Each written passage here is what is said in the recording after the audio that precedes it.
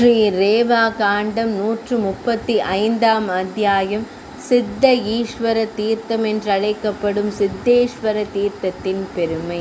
ஸ்ரீ மார்க்கண்டேய முனிவர் கூறினார், அதையும் தாண்டி சித்தேஸ்வரன் என்ற மற்றொரு சிறந்த தீர்த்தம் உள்ளது.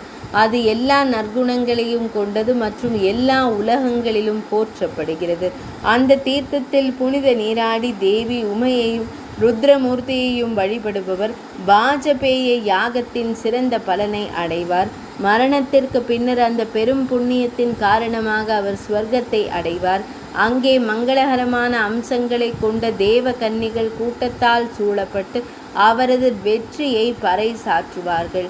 அவர் அங்கே 1000 ஆண்டுகள் தன் விருப்பப்படி சுற்றி திரிவார். பின்னர் செல்வமும் உணவு தானியங்களும் நிறைந்த ஒரு பெரும் குடும்பத்தில் அவர் மறுபிறவி எடுப்பார்.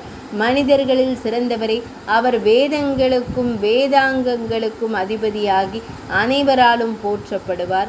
அவர் நோய்களிலிருந்தும் துக்கங்களிலிருந்தும் விடுபட்டு 100 ஆண்டுகள் வாழ்வார். 135ஆம் அத்தியாயம் இனிதே நிறைவடைந்தது.